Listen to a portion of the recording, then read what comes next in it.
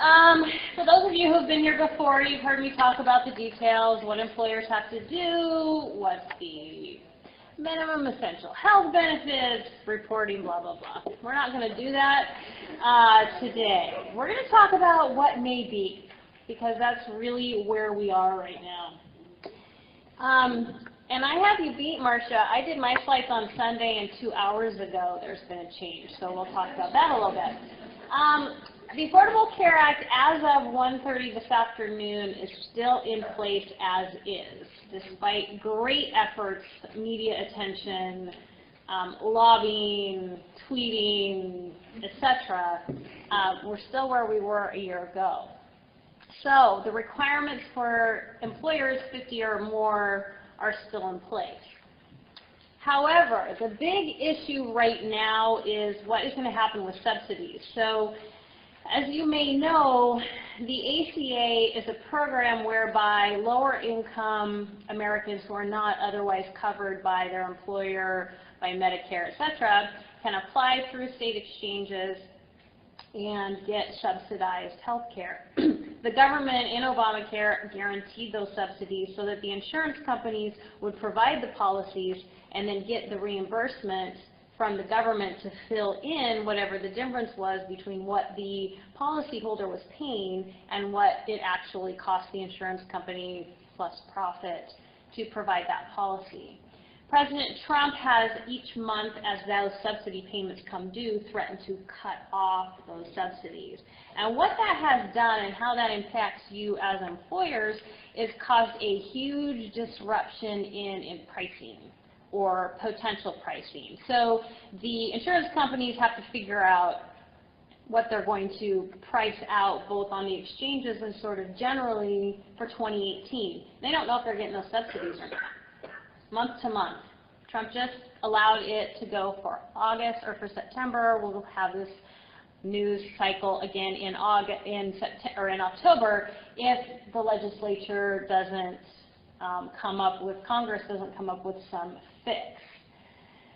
So there's a lawsuit about it. The administration hasn't really decided whether they're going to participate in that. It's a leftover from the Obama administration. There was Patty Murray and Lamar Alexander from Tennessee was trying to work on a fix for this. That got sidelined with the bill that I'm going to talk about next. So I am guessing that we are going to, after September 30th, going to hear more about it. Hopefully something will change. The CBO believes that there could be an additional 20% above the projected increases if there's not some sort of stabilization. That's going to cost everybody a lot of money. So that's kind of what the big consistent news is you've probably heard a lot about. So I'm guessing there's going to be an attempted fix depending on kind of what happens next. So here's what happened at 1:30 today. So you may have heard about the Graham-Cassidy. This was the last-ditch effort to get a bill to repeal Obamacare before September 30th. That date is important because it's the end of the fiscal year, and at that point, you go back to having to have more than a 50-vote majority in the Senate to pass it. Last night, Senator Susan Collins of Maine said, nope, not going to happen. So she joined John McCain of Arizona, Rand Paul of Kentucky, and presumably, and Ted Cruz said no. All of them said no for different reasons. Not all of them were the substance or ideological at all, but more about the process and how fast this, the bill in full came out Sunday, and they were expecting to try to vote on it this week. But I wanted to just chat about it a little bit, mostly because of the concept of what may be coming. This is not the last time we're going to hear about healthcare reform and trying to change sort of the structure that we've all been dealing with for the last 7 years since Obamacare was passed. You finally figured out those darn boxes that you have to fill out of all those employees and what months that they were a full-time employee and whether you've offered them healthcare benefits.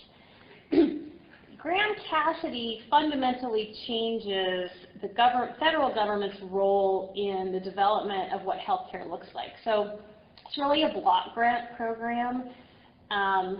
essentially it phases out Obamacare over 7 years, but they take the money that's being spent now, they divide it up among the states in some complicated formula I have heard no one explain yet, and won't.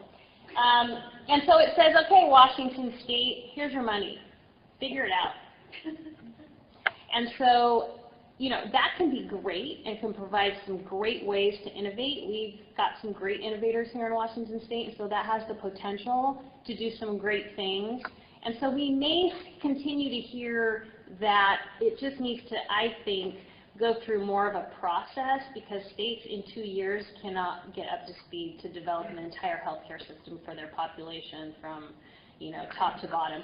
I don't know the statistics in Washington in terms of how many individuals there are that aren't covered by employers. You all know that if you don't offer health care, that makes it more difficult to recruit. And so in our labor market, at least in Western Washington, as we heard earlier, very low unemployment. Depending on what your industry is, if you need to attract certain skill sets, you're going to have a real hard time doing that without providing some sort of health benefit. So that's more of an issue for some to others. Now, what I mentioned at 1:30 is the Senate Republican leadership team pulled the bill. They're not going to vote on it. It's dead. So while this version of it is not going to be moving forward at least before September 30th, they say now they're going to move to tax reform, which is really easy to fix.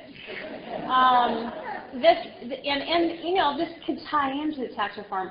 We're still going to hear bubbles of it, especially about the subsidies that we just heard, so that we hope that you as employers, us as individuals, don't see these huge premium spikes because of the unknown.